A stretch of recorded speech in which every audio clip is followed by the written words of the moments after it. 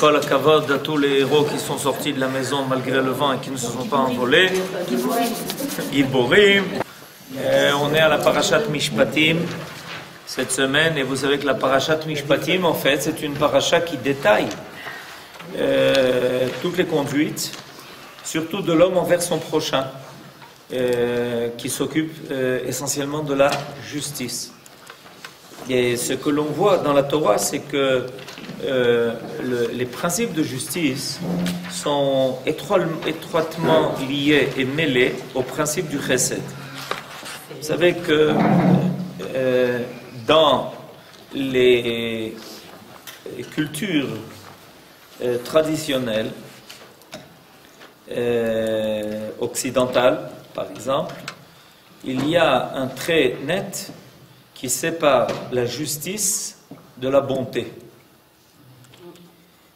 Quand on fait du mishpat, on ne fait pas de la tzedaka. Et quand on fait de la tzedaka, on ne fait pas du mishpat. C'est-à-dire qu'il doit y avoir une grande différence entre la bonté, la pitié, le bon cœur et la justice. La justice s'occupe d'autre chose. La justice est censée être rigoureuse et ne pas tenir compte des besoins de l'homme, mais des besoins de la société. Et par contre, dans la Torah, c'est pas comme ça que ça se passe. Et dans la Torah, on va trouver d'une part des principes, évidemment, du mishpat, mais on va trouver en même temps des principes de chesed. Alors aujourd'hui, on va étudier un exemple de ça. Pour ça, on va prendre dans le chapitre Kaf Bet 22, les versets 24, 25 et 26. Vous les avez sous vos yeux. Im kesef talve et ami, et ani imach. לא תהיה לו כנושה, לא תשימון עליו נשך. אם חבול תחבול שלמת רעך, עד בוא השמש תשיבנו לו. כי כסותו, לבדה, אי שמלתו לאורו. במה ישכב? והיה, כי יצעק אליי, ושמעתי, כי חנון אני. Alors de quoi s'agit-il? Il s'agit d'une des choses qui est un des paramètres les plus importants de l'économie, le système du prêt. Ce que la banque fait du matin au soir et du matin au soir. Et là, on a des règles importantes concernant précisément le système du prêt. Les versets nous disent en français, si tu prêtes de l'argent à quelqu'un de mon peuple, au pauvre qui est avec toi, ne sois point à son égard comme un créancier. Tu prêtes, mais tu ne peux pas être son créancier. C'est intéressant ça. Déjà, la Torah ici nous lance une grande interpellation. Bien qu'on soit prêteur, on n'est pas créancier. C'est intéressant, d'accord? N'exigez point de lui des intérêts. Opa.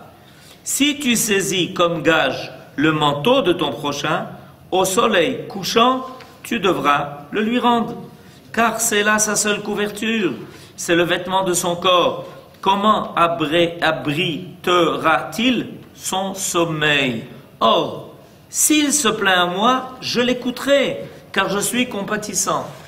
Alors regardez, on trouve ici dans ces trois versets exactement ce dont j'ai parlé tout à l'heure, c'est-à-dire le point de rencontre entre d'une part ce qui paraît être normal, quelqu'un a des biens, quelqu'un a de l'argent, il fait des prêts, kol hakavod que tu sois prêt à faire des prêts.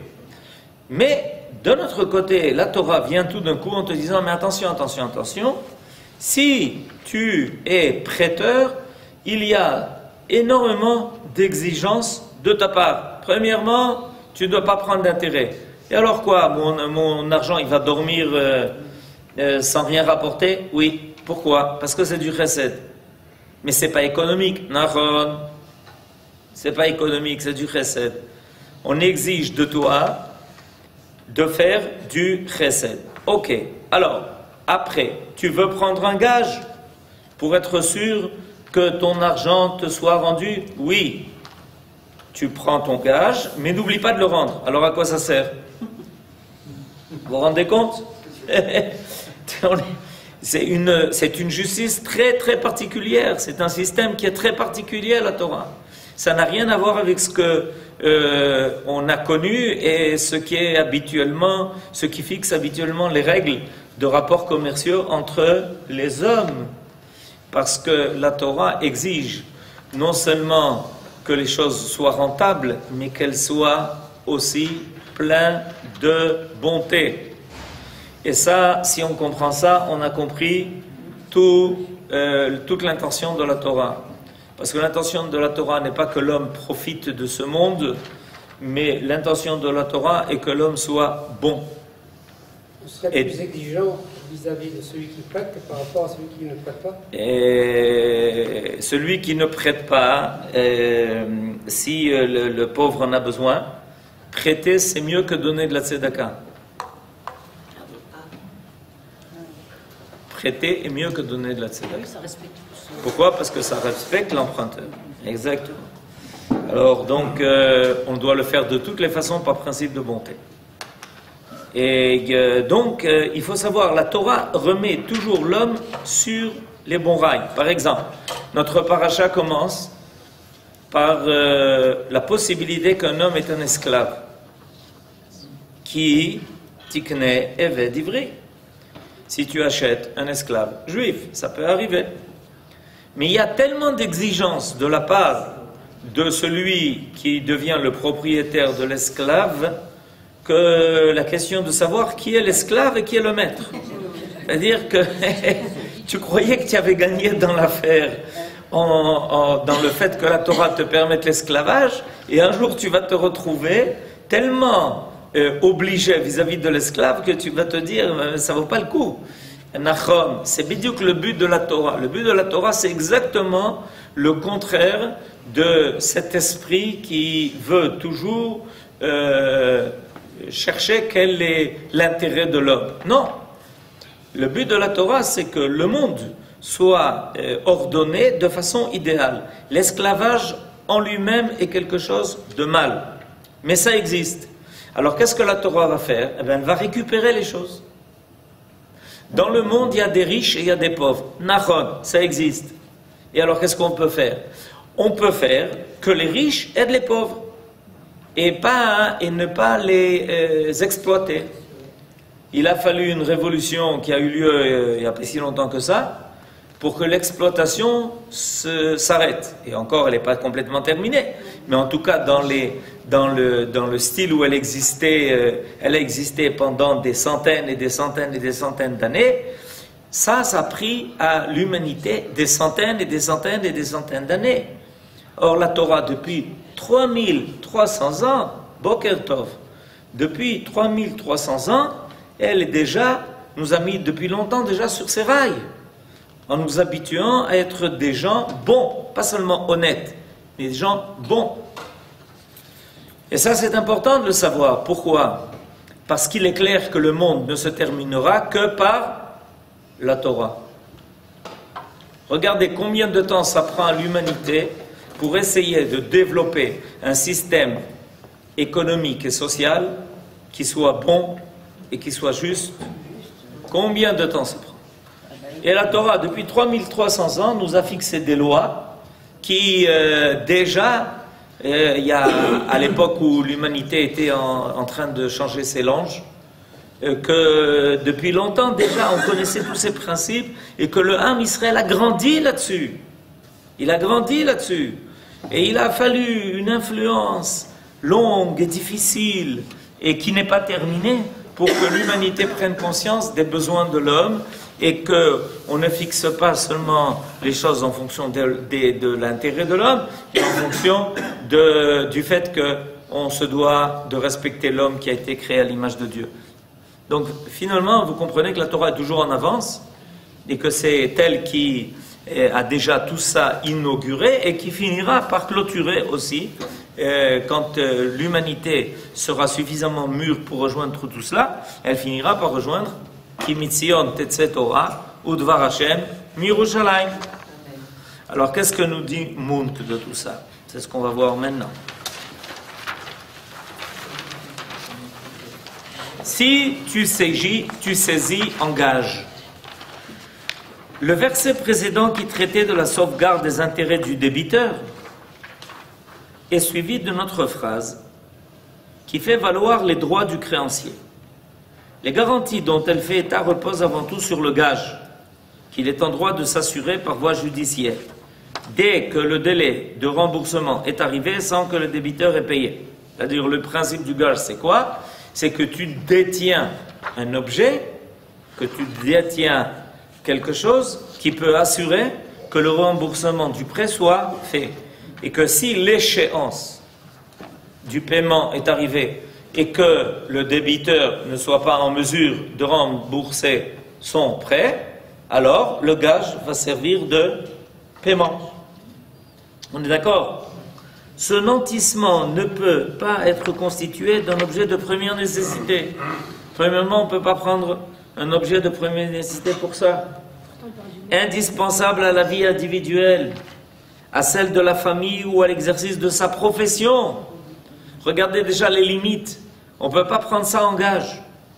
Si c'est un homme pauvre et que son gage est un objet dont il a besoin, il est prescrit de le lui rendre au moment où il en a besoin. On lui rend l'oreiller pour la nuit afin qu'il puisse l'avoir pour dormir, la charrue pour la journée afin qu'il puisse travailler. Tout ça c'est marqué dans la halakha. La question se pose alors de savoir à quoi ça sert. À quoi peut servir un gage qu'il faut rendre au débiteur chaque fois qu'il en a besoin et qu'on ne peut garder que lorsqu'il n'est d'aucune utilité pour le débiteur. C'est matzrik. C'est extraordinaire ce phénomène. Tu croyais que tu avais gagné quelque chose. Alors on dit oui, tu peux prendre, mais tu devras à chaque fois le rendre. Alors qu'est-ce qu'on a gagné dans l'affaire? Alors le Talmud donne deux raisons à quand même ce droit de prendre un gage, bien que, en fait, on est engagé par le gage. On est engagé par le gage que l'on doit rendre sans arrêt à celui qui a fait l'emprunt. Premièrement, pour que la dette ne soit pas effacée par l'année de Shemitah. Alors ça c'est intéressant parce que ça nous concerne cette année. Vous savez qu'à la fin de cette année, c'est-à-dire la veille de Rosh Hashanah, c'est bientôt, à la fin de cette année, toutes les dettes s'annulent. Toutes les dettes s'annulent, à moins qu'on ait fait une procédure qui s'appelle prosboul et dont on parlera beaucoup plus tard, au mois de Elul. Ce n'est pas le moment encore. Sauf si la dette est accompagnée d'un gage. Si celui qui a fait l'emprunt a donné un gage au prêteur, alors la dette ne s'annule pas. Pourquoi ? Parce que le gage est considéré comme si la dette avait déjà été, le remboursement de la dette a déjà été enclenché. C'est plus une dette, c'est un échange.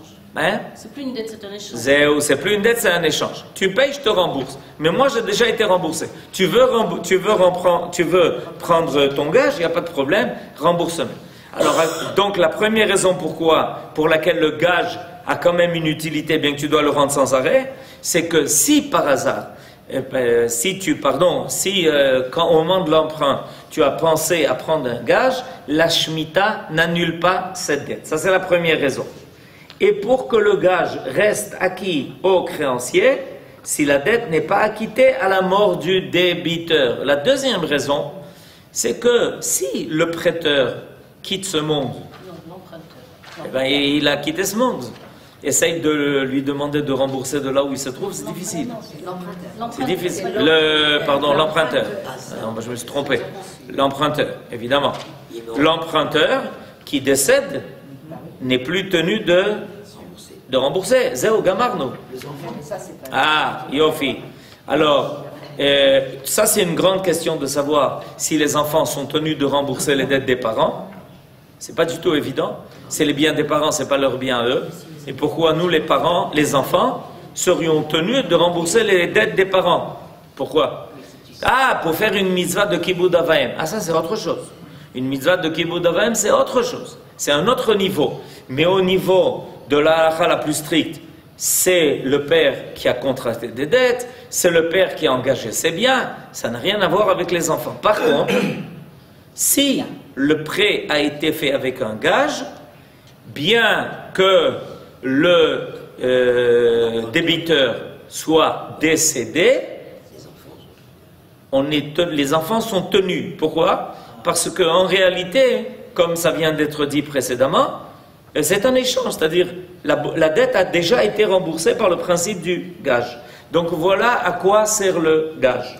Le Gaon Saadia, Rabbi Saadia Gaon, cité par Rabbi Avraham Ibn Ezra, ajoute, pour que le débiteur ne donne pas le gage à un autre en garantie d'une nouvelle dette. Ah, ça c'est une troisième raison intéressante. Quelle est la troisième raison intéressante? C'est que ceux qui ont l'habitude de faire des emprunts, alors ils font des emprunts à tir larigot. C'est-à-dire qu'ils empruntent chez un, ils empruntent chez l'autre, ils empruntent à l'un pour rembourser un prêt qu'ils ont fait chez l'autre, etc., etc. Alors, si on n'avait pas un gage, alors ils pourraient à chaque fois faire comment dirais-je, l'exercice. J'ai entendu ça. J'ai entendu qu'il y a des gens qui font ça. Ils disent, t'inquiète pas, je te rembourse, et ils lui donnent quelque chose en gage. Ensuite, ils annulent. Par exemple, ils lui donnent un engagement. Ensuite, ils annulent leur engagement. Ils vont donner un engagement à l'autre. Et comme ça, ils travaillent avec tout le monde. 250 personnes qui sont autour d'eux et qui leur font des prêts. Alors, c'est ce que dit Rabbi Avraham Ibn Ezra au nom du Rav Saadia Gaon. C'est qu'on prend un gage pour qu'il ne puisse pas se servir de cela pour aller contracter encore une dette ailleurs, etc., etc. Bon, ces dispositions nous montrent que la Torah n'est pas partiale dans l'attribution de faveur. Elle défend les droits du créancier et elle ne tient pas compte uniquement du débiteur. C'est-à-dire qu'on voit que la Torah a souci, d'une part, du prêteur, du débiteur. Et pour ça qu'on est tenu sans arrêt de lui rendre le gage, que ce soit un vêtement dont il a besoin, que ce soit des ustensiles de cuisine dont il a besoin pour mener sa vie domestique. Sa vie domestique, aujourd'hui, on ne pourrait pas prendre un frigidaire. Ok, parce que c'est considéré comme un élément essentiel de la vie domestique. Ou même, on ne peut pas prendre son outil de travail. Exemple, une voiture à un chauffeur de taxi. Par exemple. Et pourtant, il doit de l'argent. Et sa voiture vaut beaucoup d'argent. Mais d'après le principe qu'on vient de souligner, il dit, mais sans ça, moi, je ne peux pas vivre. C'est mon travail. Alors, d'après ce principe-là, il faut lui rendre.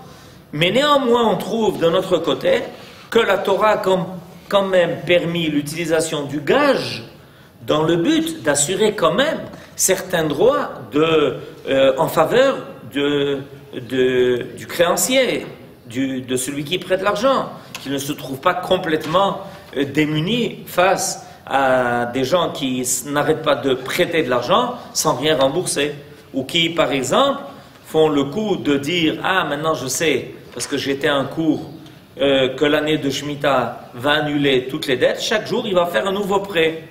365 prêts dans l'année, et à la fin de l'année, ça baba. » Pas le Shabbat quand même. Hein? Pas le Shabbat quand même. Ça dépend, il y en a que ça ne dérange pas. Est-ce qu'une lettre de reconnaissance peut-elle servir de gage?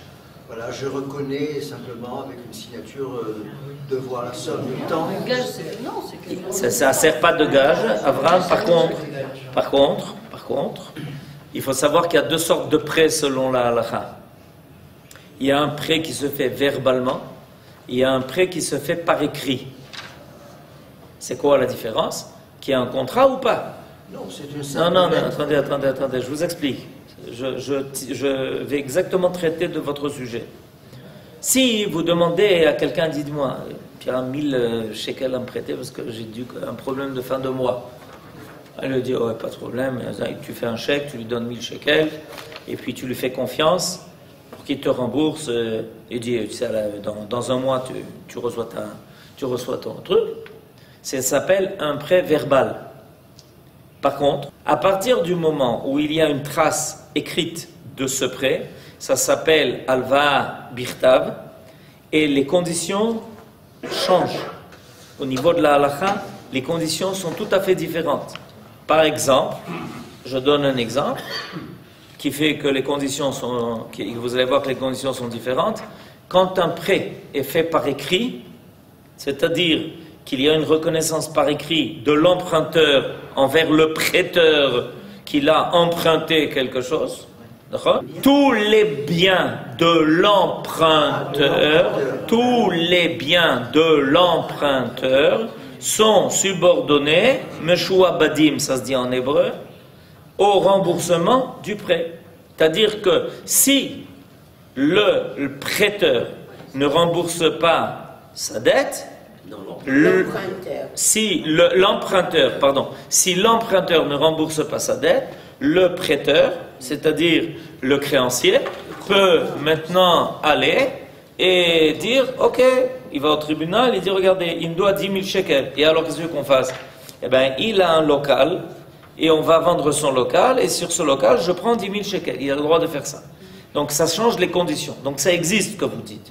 Il y a deux sortes de prêts, c'est deux niveaux, c'est deux statuts qui sont différents. Le statut qui se fait par oral, c'est la plupart des petits prêts. Les petits prêts se font oralement. Donne-moi 100 shekels, donne-moi 1000 shekels, je te rembourse bientôt, etc. Par contre, dès qu'un prêt est consigné, dès que l'emprunteur a reconnu par écrit qu'il a emprunté de l'argent envers le prêteur, alors à ce moment-là, le prêteur a d'autres droits. Excusez-moi, est-ce qu'il faut des témoins pour un emprunt oral?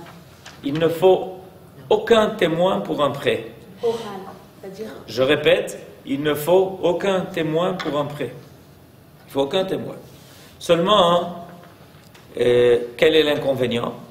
C'est qu'à partir du moment où il n'y a pas de témoin, il y a un problème de preuve.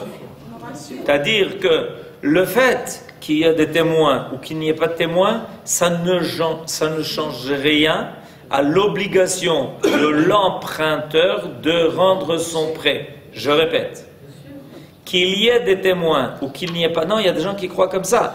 S'il n'y a pas de témoins, je ne suis pas tenu de rendre. C'est quoi ça? C'est quoi ça? C'est malhonnête. Alors vous réfléchissez bien. Mais il y a des gens qui réfléchissent autrement et qui pensent que... Non, parce qu'il faut savoir qu'il y a des actes, par contre, qui sans témoins n'ont aucune valeur. Par exemple, un mariage. Un mariage qui est fait sans témoin, ce n'est pas un mariage. Il n'a aucune valeur. Ce n'est pas la même chose. Il y a des actes qui ont une valeur avec ou sans témoignage. Le témoignage rajoute la preuve. Mais ce n'est pas ce qui donne la force de l'acte. La force de l'acte se fait par l'acte lui-même. C'est-à-dire à partir du moment où j'ai prêté à quelqu'un et que la personne a reçu de moi un emprunt, il est tenu de me le rendre. Qu'il y ait des témoins, qu'il n'y ait pas de témoins. Par contre, il y a des cas, il y a des actes, je viens de donner un exemple, il y en a d'autres, où sans témoignage, l'acte en lui-même ne vaut rien. Il a aucune valeur. Ok? On est d'accord. Alors, le témoignage, évidemment, même quand il y a un prêt qui se fait par oral, donne un avantage énorme. Parce que, évidemment, quand il y a un prêt qui se fait sans témoignage par oral, c'est-à-dire qu'il n'y avait présent que le prêteur et l'emprunteur, alors l'emprunteur peut toujours dire, mais de quoi qu'est-ce qu'il raconte celui-là? Il raconte n'importe quoi. Il dit que je lui dois de l'argent. Et il raconte n'importe quoi. Ou, autre possibilité, il dit que je lui dois 1000 shekels. C'est vrai, mais je lui ai remboursé. Ou, ça c'est des choses qui arrivent toutes les minutes. Toutes les minutes. Ou alors, c'est vrai, mais tu ne te rappelles pas que je t'ai déjà donné 500 shekels? On s'est rencontrés au super, et là-bas je t'ai déjà rencontré. Non, je ne me rappelle pas de ça. Alors on rentre dans toute cette problématique du fait que quand il n'y a pas de témoignage, non seulement il n'y a pas de preuve, mais il y a aussi des doutes qui se créent. C'est pour ça que les sages recommandent que ça ne se passe pas comme ça. que les choses se fassent avec témoignage ou avec écrit. Alors, au niveau d'un prêt qui se fait par écrit, en général, toujours le contrat se fait avec un témoignage qui est aussi écrit, pour que ça soit quelque chose qui ait une valeur. Parce que n'importe qui peut aller écrire. Par exemple, Monsieur Cohen peut écrire une lettre. Dans la lettre, il a marqué « Monsieur Lévy me doit 1 million de shekels ». Il peut écrire. Est-ce que vous avez un problème d'écrire dans un ordinateur, si vous êtes Monsieur Cohen, que Monsieur Lévy vous doit 1 million de shekels? Si vous ne savez pas comment taper, je vous marque comment, je vous explique. Sur quelle lettre il faut taper. On peut écrire, on est d'accord? Et un jour, M. Cohen se présente avec ça chez M. Lévy, il dit, regarde, tu me dois 1 million de shekels. Il faut une khatima. Ah, il faut une khatima. C'est-à-dire que, qu'est-ce que le témoignage va faire? Le témoignage des témoins, il faut la khatima de l'emprunteur, et le témoignage des témoins va corroborer, c'est-à-dire va affirmer que ce qui a été fait, c'est bien fait. Parce que même quand il y a une signature, il y a encore une possibilité de prétendre que c'est vrai que moi, M. Lévy, que j'ai signé, mais j'ai signé en vue de l'emprunt. Vous vous rendez pas compte, mais c'est ce que vous faites à la banque toujours. Vous n'êtes pas conscient de ça? À la banque, vous signez tous les papiers et l'emprunt n'a pas encore été réalisé. Vous n'êtes pas d'accord? Vous n'avez pas l'habitude de ces affaires-là. Moi, je le sais parce que je vois les gens qui...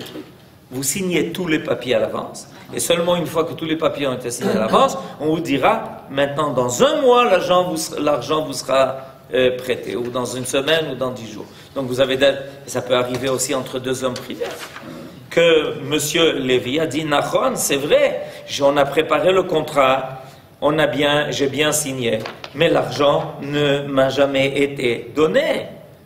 Alors, c'est bien que M. Cohen, il ait un contrat entre les mains, mais moi, j'ai jamais reçu cet argent.